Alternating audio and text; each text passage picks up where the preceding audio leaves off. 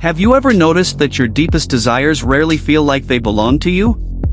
We live in an era of unprecedented freedom, yet we move in lockstep. We claim to seek authenticity, yet we all end up buying the same minimalist furniture, traveling to the same hidden gems, and chasing the same definitions of a life well lived. It is a quiet, aching paradox. The more we strive to be unique, the more we resemble a mirror image of someone else. You aren't suffering because you don't have what you want. You are suffering because you have learned to want what they want. We are not hunters of our own happiness, we are scavengers of other people's dreams. Welcome to the mirror of others. In the valley of Oakhaven, silence was once a currency. The villagers lived in a state of sufficient peace. They worked the soil not for glory, but for bread. But one Tuesday, a merchant arrived with a single item, a silver bell. It didn't ring louder than the church bell, it didn't tell the time. It simply sat on his cart, shimmering with a light that seemed to come from within. Elias, the village clockmaker, bought the bell. He didn't need it. But he saw the way the baker looked at it. With a hunger that made the baker's breath catch. Elias bought it not for the bell, but to own the look on the baker's face. The next day, the baker didn't buy bread. He bought a gold-rimmed mirror. He didn't need a mirror, he needed to reclaim the status he felt he lost when Elias bought the bell. Within a week, the quiet of Oakhaven vanished. It was replaced by a frantic, rhythmic tapping of hammers and the clinking of coins. If a neighbor painted their door blue, by sunset, the entire street was a sea of azure. If a woman wore a silk scarf from the city, the marketplace was soon choked with the sound of rustling fabric. The villagers stopped looking at the stars, they only looked at the windows of the house next door. The tragedy of Oakhaven wasn't greed. It was loss of self. Julian, a young painter, watched as his friends stopped painting what they saw in their dreams and started painting what sold in the neighboring city.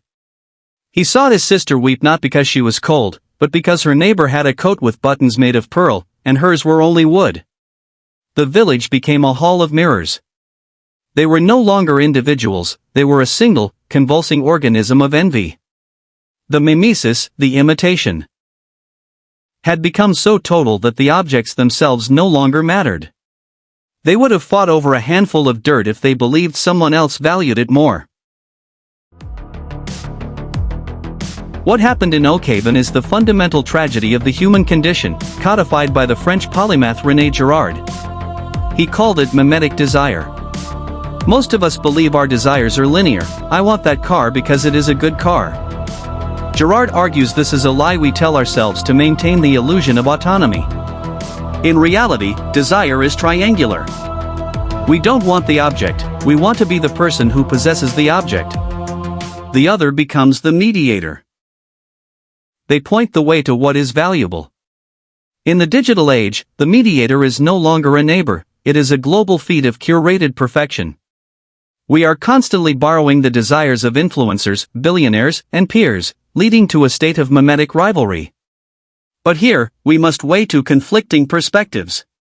1. The Girardian warning, total mimesis leads to the scapegoat mechanism. When everyone wants the same thing, conflict is inevitable. To stop the violence, society picks a victim.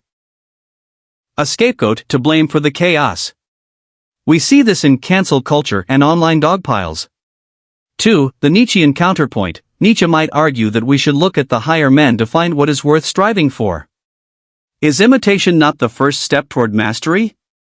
Can we not borrow the discipline of a stoic or the passion of an artist to elevate ourselves? The danger isn't in the imitation itself, it's in the blindness of the imitation. When we mimetically desire, we stop asking if the object actually serves our nature. We become like the villagers of Oakhaven owning a silver bell that we have no use for, simply so someone else cannot have the satisfaction of owning it. We are the lonely crowd, as David Reisman described. We are other-directed, constantly scanning the horizon for cues on how to act, what to feel, and how to spend our limited time on Earth. This leads to alienation, the Marxian idea that we are estranged from our own labor and our own essence. We are working jobs we hate to buy things we don't want to impress people we don't like. So, how do we step out of the Oak Haven cycle? How do we stop being a mirror and start being a light? The solution isn't to stop desiring, that's impossible. The solution is to reframe the mediator. If we accept mimetic desire, then our anxiety about not keeping up becomes a fascinating data point rather than a personal failure. Next Monday, when you feel that sting of envy, that vet thwang of the digital age, try this. Audit the source. Ask, would I want this object if I were the last person on Earth? If the answer is no, you are chasing a ghost. Distance the mediator, identify who you are competing with.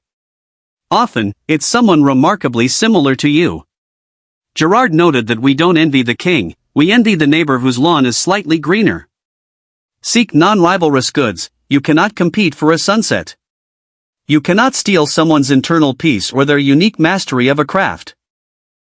When you shift your focus from having what they have to becoming what only you can be, the triangle collapses. The mirror breaks. You begin to engage in transcendental desire, a longing for things that don't diminish when shared, wisdom, creation, and genuine connection. In the end, the villagers of Oak Haven spent their lives collecting reflections, only to find their houses filled with glass and their hearts filled with dust. The most radical act you can perform in a world designed to make you want what others have, is to be satisfied with what you are becoming. Look into the mirror tonight. Who is looking back? Is it you? Or is it everyone you've ever met?